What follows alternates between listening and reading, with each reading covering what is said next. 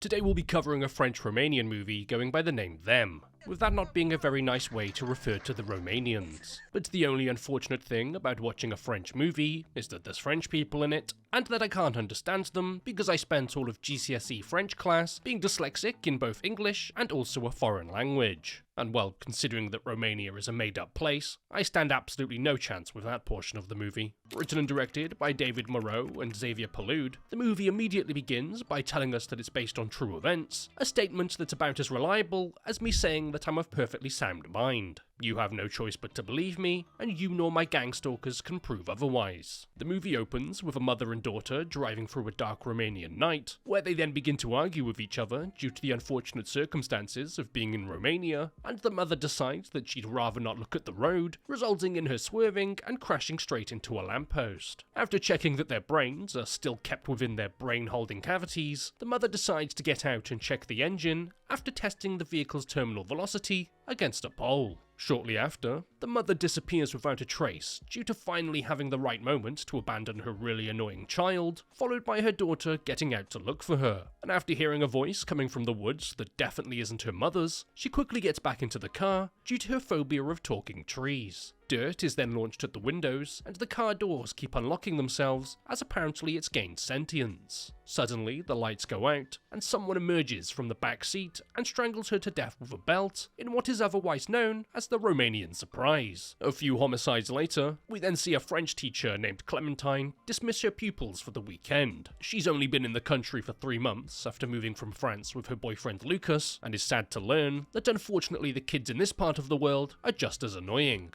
Driving home into the countryside, she passes the scene where the mother and daughter played hide and seek, before arriving at an absolutely huge remote home in the very same wooded area, as a teacher's salary must be quite something in Romania. Yeah, something alright.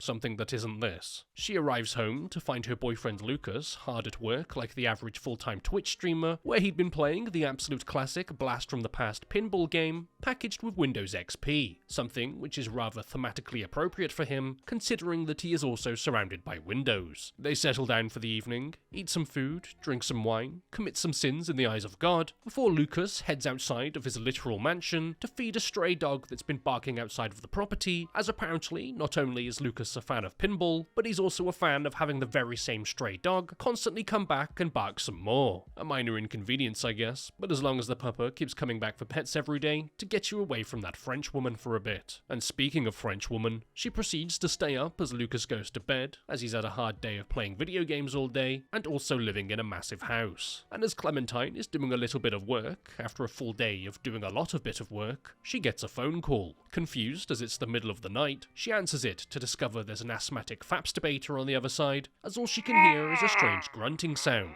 Not in the mood to have a conversation with the grudge and/or a gooner, she hangs up.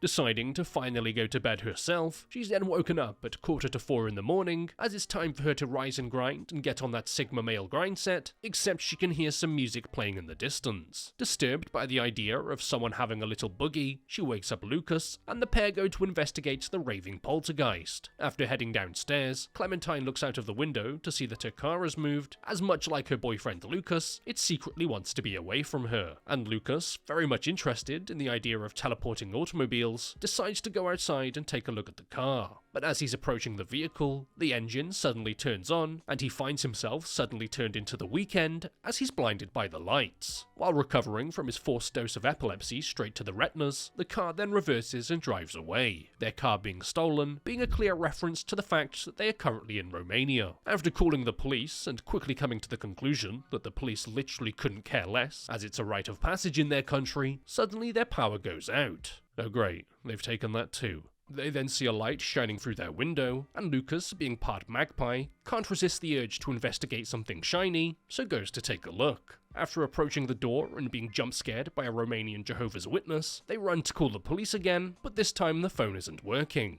And due to this being a time before the advent of modern smartphones, unfortunately they're on their own here. They then decide to run upstairs as all of the downstairs windows begin slamming, and out of the window, they just about see the glimpse of one of their tormentors. Not really interested in defending themselves for whatever reason, they decide to not go into the kitchen where all the big stabby sharp things are located, and instead stay upstairs as they hear the sound of the barking dog returning. But much like an overworked Japanese office employee hearing the call of his skyscraper window, the dog is suddenly silenced after giving off a faint whimper. So as I'm left confused as to why they'd even bother including that scene with the dog if it wasn't going to hold any narrative significance, suddenly the power comes back on. Thank God. I'm scared of the dark. Lucas, finally deciding that he better go do something about these window-slapping home invaders, heads downstairs to take a look, while Clementine locks herself in the bedroom to have some alone girly time. And after finding the TV on, Lucas swings a fire poker at a window due to his hatred for inanimate objects, followed by someone pushing the window into him, cutting the back of his leg with a shard of the glass. And as Lucas is too busy taking one to the bum, the door handle to the bedroom suddenly begins to rattle as someone is trying to get in, before it then pops off. Intrigued by the sudden appearance of an impromptu glory hole, Clementine decides to have a little look through it, just as someone thrusts a sharp object through, almost taking her eye out. Defeated by a window frame, Lucas retreats to the bedroom, where they both lock themselves in again, as they can hear footsteps running all over the house, as apparently they're under siege by a group of hyperactive toddlers. After pulling a large shard of glass out of Lucas's bum that was all the way in there, they're forced to lock themselves in the bathroom as the door begins to bang, a room they're definitely going to need to take advantage of due to Lucas now having a second anus. Clementine decides to climb up into the attic to leave her little bleedy bum boyfriend behind, when suddenly a piece of furniture is pushed over the hatch, locking her in. She then hides as we see the feet of someone searching for her, before they suddenly begin throwing furniture all over the room, as if Grandma's old chairs was something they had a personal vendetta against. Running around and hiding in her attic that's big enough to single-handedly solve the homelessness crisis, someone then begins swinging a wooden board at her, except not very well. And after disappearing, they then make the rather stupid decision to reappear right next to a giant opening in the wall, despite having every single opportunity to not do that. So taking advantage of this, Clementine sends them on the free fall of their life, and looks down to see them Gary's Mod ragdolled on the floor as someone else is climbing up towards her. Knowing that this person wants to have a go as well, Clementine decides to run away because she doesn't want to hand out any more fun. Using this as an opportunity for her and her holy bum boyfriend to escape from their attackers, while they're Assassin's Creeding up the side of their house, they make a run for it, as one of them lays on the floor outside, doing their best impression of a lawn ornament. Locking the front door as they leave to buy themselves a bit of valuable time, they take off into the woods as they hear the strange screeches of one of their pursuers, as they sound like one of the Wrong Turn brothers. That, or they were just speaking Romanian, I'm not too sure. Clementine climbs over a fence, but Lucas can't get over it due to his bum scratch, so she decides to take off as he hides, because he's given her the ick. She then comes across her car, parked out in the middle of the woods, and gets inside to try and find the keys. A severe and brutal mistake, as while searching for said keys, she looks up to see the unfortunate sight of a male. Lucas, now over the fence somehow, hears Clementine screams and makes it there in time to see the car being driven away, while he can't stop touching his bum. Coming across the car a little further up the way, he then hides as one of the attackers approaches and proceeds to bludgeon him to death with a stick, as if this was Harry Potter and he'd forgotten how to use his wand. After putting the person into permanent timeout, he then turns the body over to reveal that it was just a young boy. As you know, boys will be boys. And with that boy now no longer living long enough to become a man, really enjoying the feeling that it gave him, Lucas decides to climb down a ladder into an underground tunnel to chase that high. Loving the feeling of beating up small children, he then bludgeons one of the attackers in the chest as they're suffocating Clementine with a bag, all the while there's a little boy in the corner telling the other boy to stop because he's hurting her. Their new vertically challenged Romanian urchin friend then tells them to follow him to escape. But after sending Clementine up a ladder, the boy then proceeds to stomp on Lucas's fingers, causing him to fall to the ground below, where he's then grabbed away by some of the worst evil that this world has ever seen.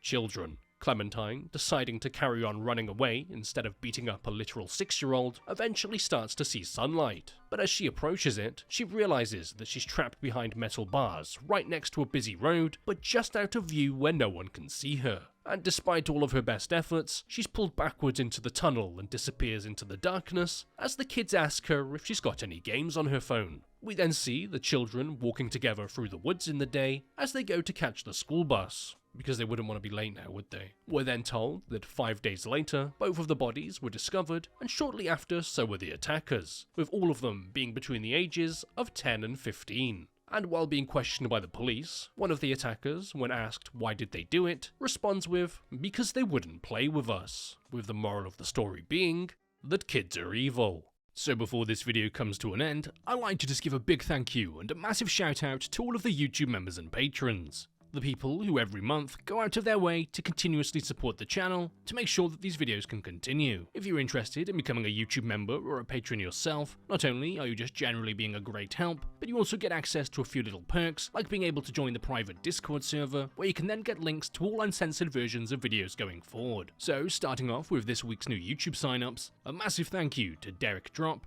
Celogram, Robert Joseph, Callum Davis, Pinku Nikki, username Timmy, Tanner Newman, Zach Stevens, Brenda O, Rizardo, Ali, Iman, Caitlin Dexter, Michael Amondi, Hinterus, Dennis, Jamie, Difficulty Spike, Trevesta 100, KST, Zane Monroe, NexM, Panda Panda, Jordan Parker, Marius Hawkland, Fundy25, Jesse Holcomb, Di Shipton, Javi Lazada, Shirmakofa Babora, Jiblisly Lassier, Isaiah Davis, Justin Parry, The Last Final Girl on the Left, Hollyhock Kendrick, Reggie David Wes Lingerie, John Hates the Stupid, Tornier, Laughable Genius, The Soldier 420, Dende Looking Boy, LS Fade, James Haddon, Julia N, Luke Finn, Zaza Lord, Mai, Bugsy04, Why Up It's Vibe, T Wev, and Michelle LeBur. Now making my way over to this week's new Patreon signups. A massive thank you to Superfly Cat, Salid Gade, Kevin Matty, Brandon Zenz, Matt Forsyth, Unreal, Iman Gillespie, Salayak Johnson, The Fake Eden, Zulu2468, Dyra Shushni, Halfwit Hunter, Delar, Shin Van Revels, Tring, Peter Shoes, McMaxie, Doobs, Caden Miller, Mike, Nathan Blake, Leela, Nana James, Lamandred, Jiggles, B, Sidian Craft, Tristan, Ryan Gibson, Emily Smith, Poopbutt, Brandy Garza, Johnny, Cherry, Josie Machina, Simon Wasser, Daniel Brostrom, Millard Fillmore, Mavic, Bodie, Lord Bale, Serap Jones, Robo Pepco, Vaneltas, Martia, Scarlett McAuliffe, 91184, Eden Wilcock, and SNK Dim. So once again, a massive shout out to all of the YouTube members and patrons, and a big thank you to everyone else for watching.